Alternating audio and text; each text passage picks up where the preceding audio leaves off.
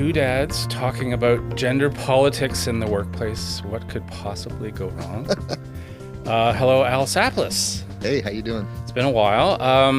Okay, let's say if you were in a company, and what would you do if one of your male employees decided to transition to female and showed up dressed with huge fake breasts? That's what happened at a high school in Oakville, Ontario. One of the biggest stories in the world, right under our noses. And I thought it would be interesting to unpack some of the related issues with a parent, somebody I know, who still has a child in the school. You're in the middle of this, sort of. Yep. How did you get involved? Well, like everyone else, I saw the initial media coverage, and my eyebrows were raised at first, thinking that this is some kind of a hoax. And, I had to give my head a shake and drill down on exactly what was happening here. There are times where you just kind of, very frequently, where we, as citizens, we just kind of say, okay, whatever, let those people fight it out, et cetera. And then there are some cases where you're directly involved and you're like, if I don't get personally involved, then first of all, I'm not going to be true to myself. And secondly, this thing's not going to get resolved in a time or manner that I think is appropriate. I wasn't really clear on what the specifics were, but once it became clear to me that this was a teacher that was transitioning, that had made the decision to wear these giant fake prosthetic breasts, there was a lot of head scratching going on, thinking this doesn't seem right from a professionalism and HR policy perspective. And honestly, I thought it would just go away in a week or a couple of days. And maybe it should have. Maybe it should have, right? And so let's just hit the rewind button a little bit. So it's the beginning of September. Right. Just after Labor Day. And I thought maybe we'd look at this case like we're discussing a case study in a business school, which you've been to, or teachers college, or Yep. I don't know, principals. Is there a principal's school? I don't think so. But and I kind of empathize with the principal, right? Because as far as I know, it's a new job. You're all excited about your new job, and you walk down the hall and into your office. I finally made it to the top, and I'm the boss of this school. By mid-morning, perhaps there's a little scuttlebutt in the teacher's lounge, and by lunch, you probably know there's a problem. So, Al, you're the principal. Play along with me. What would you have done on that very first day? What if you were in charge, if you were management, what would you have done on that very first day? Well, I think as a manager, I think that it would have made sense to have a sit down with that particular teacher and understand their rationale for the attire that they had chosen in our professional environment, in our school, as a role model, to have a discussion about appropriateness. That's what I would have done. Right. However, are we in a different climate now? Well, there's not a lot of transparency. Like if a teacher or anyone leaves for health reasons, we're not allowed to know, just for privacy reasons. Sure. So I get all that. But in this situation, there hasn't been a lot of transparency either. We don't know what discussions took place. Is that fair to say? We do not know. So even on that first day, right? We do not know if any of those discussions took place, nor do we know if this had already been an issue when the teacher was being hired. Right. And that potentially this had already been, for lack of a better term, condoned. Right. Or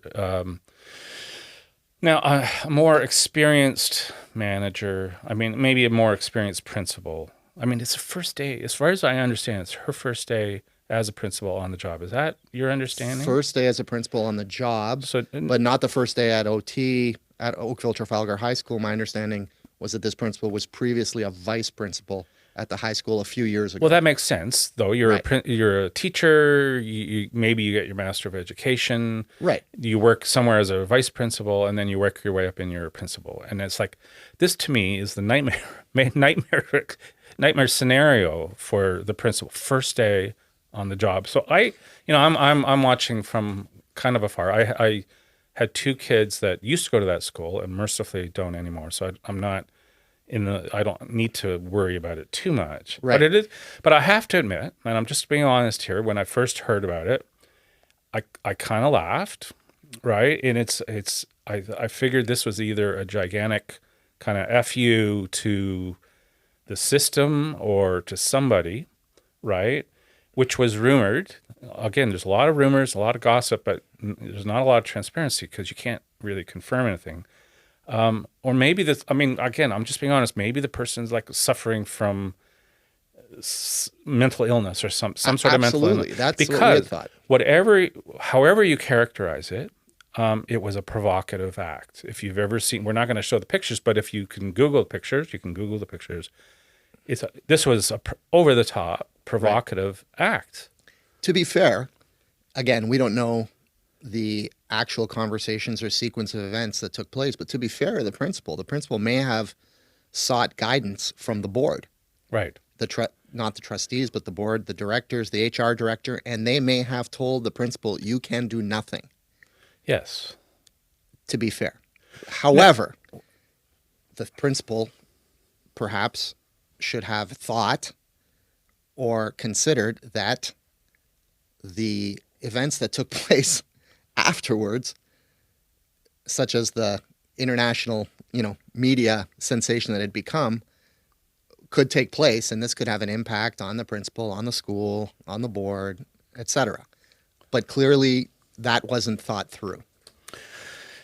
Yeah, I mean, she lost control of the situation, to put it mildly. So we don't know what happened, but basically, maybe she talked to her own vice principals.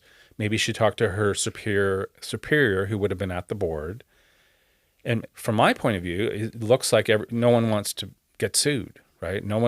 She doesn't want to get sued. The board, and then she goes to the board, and they don't want to get sued, so they push it to the province, and the teachers union, and eventually, they push it back to the schools, to the board, saying, there are kind of rules in place here. You deal with it yourself. Am I correct in that? Pretty much. Yeah. That's a fair assessment. But unfortunately, if there wasn't pressure put on the school board and province, I don't know that we would be anywhere close to a resolution of this. Right. And we're not 100% there. The province directed the board to institute a dress code policy, which, by the way, the parents that have been active have basically just said, please, can we have a dress code that is the same as the students' dress Right. code? Doesn't that make sense? Yeah. Otherwise, it's hypocritical. But they have a collective bargaining agreement that the teachers do, and the kids don't. Correct. Right? So Correct. you can tell kids to do whatever. Don't do as I say, do as I say, not as I do. Right? You're not allowed to wear halter tops or tank tops. No, or whatever, of course shorts not. and things like that. But regardless, the province and the Ontario College of Teachers and other bodies came to the conclusion that the board had the tools to deal with this, but chose not to deal with it because they felt that they would be infringing on the Ontario Human Rights Code, and that's kind of what they stood behind. So, I mean, you're a parent in this situation where people getting more and more angry because what I understand, too, is you weren't told a lot. And it's like 2 or 3 months passed before parents are even given a forum to speak to the board. Is that Correct. fair? In late November, so September, October, November. That's right. The parents effectively were shut down to discuss this matter. And that Must have driven you aggravated crazy. a lot of people. And, Right. and we felt that, this is pretty arrogant on behalf of the board not consulting the parents, which they said that they did not have a legal obligation to do in this particular case because it was an HR matter. Right. But at the end of the day, Well, it's your kids too. it's your kids, and they're, unfortunately, because of the international media sensation and attention, unfortunately, because of this is such a polarizing issue, there were bomb threats leveled against the school. Yes. There was intimidation against teachers at the school, all kinds of nasty stuff that occurred because of this polarizing issue of this trans teacher that was inappropriately dressed. And it's not even a transgender issue. This is in our view, it was a professionalism issue, a dress code issue. Right. And the board originally, their original position or existing position is to support just people that are transitioning in general. So they were supporting this teacher in general terms, right? As they as should. their right to do whatever they want to do in the professional. Exactly. I mean, that's what again, with regards to your previous comments, how would this be dealt with in a workplace, in a professional corporate workplace? I think It probably would have been handled very quickly and swiftly. Probably. And for whatever reason, this wasn't. Yes, it wasn't. And then, and as you say, there's bomb threats, and some of them were just called safety threats. But in a document that I received, there were bomb threats on November 16th, November 17th, November 20th, November 21st, December 14th, December 16th, December 19th. That's a lot of bomb threats. So how many bomb threats is too many? Well, yeah, I mean, and so it got real. Shit, I mean, as I would think, shit got real. It's kind of funny from my point of view, and it's like an amusing little cocktail party chatter. Right. But then until there's bomb threats, and then shit gets real at that point. Absolutely, right? Shit gets real. And because like, what are you doing to protect my kids, right? 100%. So what was the messaging you were getting during? Because some of these bomb threats were happening, and you didn't necessarily even know about them. Is that correct? Yes, some of them were disclosed, but some were not, because they were not deemed to be credible. Right. But again, who's to determine which is a credible threat and not? Obviously, you'd prefer to have no bomb threats or no threats whatsoever. But as this situation continued to spin out of control, right, not being managed, we felt that the communication was becoming more and more convoluted, so that's why parents decided ultimately to get active, right? And that's when the lawyers get involved, which is always unfortunate, of course. So the lawyers are involved, so everything's fine now, right? So well, I wouldn't say fine. I mean, I'm joking, of course. Yeah. I know there's lots of lawyers in Oakville. Some steps from the school, right? Yeah. So if you need a lawyer, just throw a for rock, sure. right? For sure. And that's I think I sued someone in small claims court once, and what it's like once somebody's told me at the time, as soon as you do that, the horse is out of the barn, right? So you can't get the horses back in the barn. So the idea from the beginning was probably to avoid legal liability, and I'm certainly not a lawyer. But of course, that all backfires because now the lawyers are involved.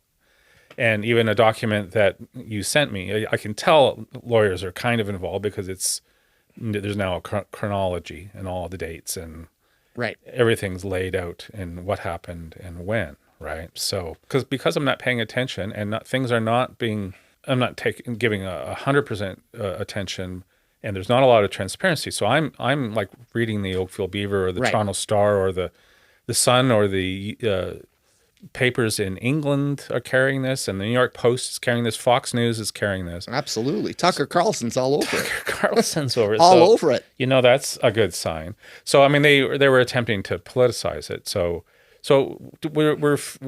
were tempers flaring at some of these events? Well, the events were few and far between. I mean, the tempers were flaring online and via letters and Right. via appeals to the trustees and the board. But there were in-person protests and things as well, There right? were in-person protests. And the unfortunately, so at the protests, some of the protests attracted people that were not part of the school, Right. that were whatever, Protesting whatever. protesting whatever, right? uh, People's Party, convoy right. protesters, etc. That's not what this is about. At the end of the day, And this Rebel News was there. right, I Rebel think it was- News, and the end of the day, for those that had a vested direct interest, it was about ensuring the safety of the school and trying to get an answer from the board in terms of how are you going to deal with this. And back to your original question, why wasn't this thought through at the beginning? What did you think was going to happen here? Did you Right. think that we're on a different universe now where anything goes with regards to decorum and dress in the workplace, et cetera? It's like, so I think that's where the biggest mistake was made, not extrapolating where this was going and being so risk averse, Right. right, with regards to legal liability that, Right. maybe they were frozen. Never mind. There are others who believe that the board has a particular agenda with regards to diversity, inclusion, equity, et cetera, but we have no proof of that, and that's irrelevant in this case because I think it's just all about professionalism and dress code. And again, this and then the safety of the kids too, right? So it's Yeah. just that extra little thing when you bring in bomb threats, it gets a little more. Yeah, I mean, remove the problem, bomb threats go away. It's very simple, Yeah. right? Well, then I had heard again just through the media that the teacher actually suffered an injury and wasn't even at work, which I didn't know for 2 months. Right. And then the principal is off, which I don't doubt at all, for whatever reason, medical leave probably. We don't know. We have So no no idea. one knows. No Yeah. one, but it's not a coincidence to me, right? It's not shocking that they're both out of the situation, which is probably what should have happened earlier. I feel sorry for for the principal. I really do. I have a lot of empathy for the principal, but because you're not trained to do this stuff. So No. you almost need an office down the hall with legal counsel now. Absolutely. And, maybe. as a parent, I was asked by the Toronto Star, as a parent, because I'm not officially part of Students First. That's another group. Right. That is a group that is a fantastic group that got together and What's it called again? Students First Ontario. So It's that's the parents that got together. it's basically a group of OT parents that right. wanted to take and are continuing to take a very high road approach to tackling this Right. professionally Okay. and appealing to those who might influence this situation in a positive direction. But long story short, I was also asked by the Toronto Star as a parent to give a quote, and we had a discussion. And the Star kind of felt that the principal was being thrown under the bus here, in a irreconcilable position, Right. in terms of like, damned if they do, damned if they don't. Kind of above her pay grade. So Totally. I get that. We could have started right from when this individual was hired. If they had been presenting themselves with that dress, with the costume, because it is a costume. It's, Right. what are the limits of gender expression? I don't know. Are we in a different realm right now? Are we, Right. You know what I mean? Like, Well, I guess this is how we figure it out. We just have to plow through situations like right, this. Like right. And so, like you're saying, it's a case study. It's a test case. I mean, I'm a pretty liberal guy. Same here. I'm slightly, perhaps a little left of center compared to most people Right. in this neighborhood. But at the same time, this is almost ridiculous. This is a ridiculous I saw situation. a great quote that I continue to use. It makes a mockery of equity. Right. So I believe very much in equity. Well, and the next, I've seen that too. The next trans person that comes along is gonna think twice or whatever. It just makes it harder for the next trans Right, person and that it shouldn't. comes along. It shouldn't. If this had been dealt with swiftly, then I don't think the trans community would have potentially been, not that they are suffering, but the trans community wouldn't have been vilified as much by those who seek Right. harm to them, Right. right? And it's Because just people are certain people are threatened by just the transition part. yes, yeah, And you know, for a lot of people, I mean, it's a very conservative area in general, right, Southeast Oakville. That said, I know a lot of parents that do have trans children and have, you know, kind of faced it in a mature way and been very supportive of their children as they've transitioned. And it's not uncommon in this neighborhood. It's almost like how gay rights were, I don't know, 30 years ago, 40 sure, years ago, because it's all new. It's all kind right, of, in my opinion, uncharted territory. right. So, There were a number of labor lawyers who were consulted from Toronto and elsewhere, leading labor lawyers who just said, you know what, I don't really want to touch this yeah, because the this is new ground now and very sensitive ground. I'm not saying it's a good thing or a bad thing. I'm just saying it is, right. This is a bit of a sensitive area. You don't want to be the law firm and the lawyer that's labeled the unfortunately anti-trans, anti-trans, yeah, anti-LGBTQ, right, et right. cetera. So, and it just it may not be worth it. I mean, so you went to a meeting the other day. Any news out of that meeting for the Students First Ontario? Well, basically, the meeting concluded that we are anticipating a positive announcement in and around March 1st with Right, regards to the board right, implementing a teacher's dress code, right. which they have been told by the province that they should be doing and that they have the tools to do so. Same as with the Ontario College of Teachers, which is the body that anybody can complain to about a particular teacher in Ontario. So January 3rd, the board passed a motion to develop a professionalism policy for staff to include standards of dress and decorum, and that was going to be delivered. So are they going to deliver that report or their solution by March 1st? There's an interim report that apparently should be available in mid-February, Okay. and then a final report or policy March 1st. We're hoping that that's the case, and then that this issue becomes resolved, and that this becomes a test case for other boards in Ontario, because apparently everybody's looking to what Halton District School Board's going to be doing and from the rest of Ontario and Canada, because Right. this could be coming. They got all the PhDs on the case here. Right, So I exactly. expect So, let's figure this out. so I was going to say, is the problem over? We figure it's there. We're close. We're close, but at the meeting there was a lot of apprehension about, what, we're not done yet. Is there a way that, someone somehow, again, cynically, some people believe that there's hidden agendas here, Right. and that there might be a challenge to But the even the to most the province. radicalized bureaucrat would have to concede that this was way over the line. I would think if you're just being reasonable. I don't know. I agree. It's you know. anything goes is not a solution. It's not a way to present. I mean, again, you've seen the analogies, right? What if a woman was transitioning to a man and decided to walk around the school with a massive protruding dildo?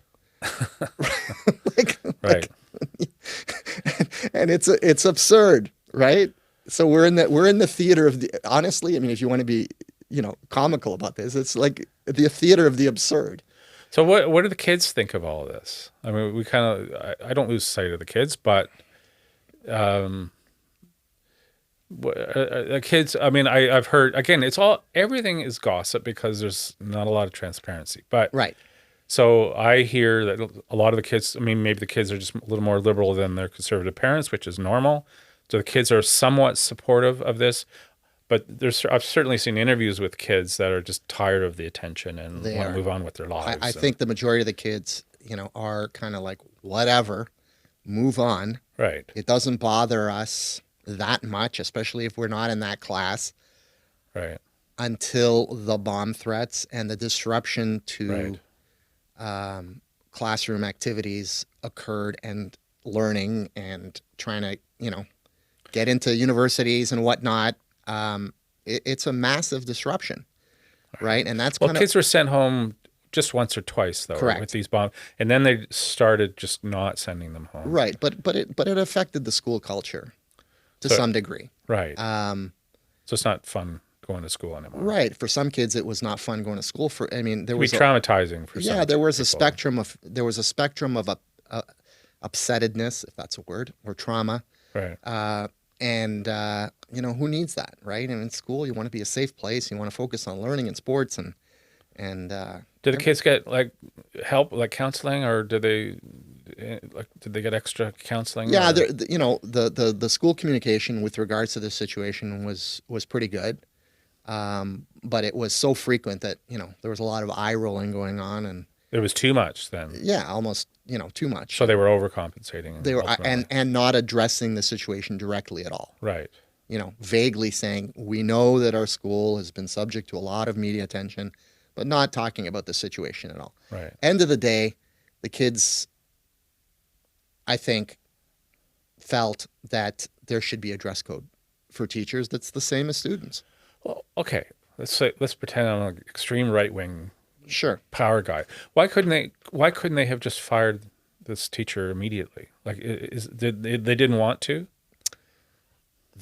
Under the Human Rights Code, there's the way that I understand it now is I've been currently educated. I would have known this previously, but the way that the Ontario Human Rights Code is written, there's a huge gray area with regards to gender expression and somebody transitioning, Right. and there is no mention of dress. So I think the board basically said we have been advised by leading human rights and labor lawyers and have been advised that we can do nothing. Okay, I'd like to know Right. who those lawyers are and what they're based. Right. I think it's all risk mitigation, But if they right?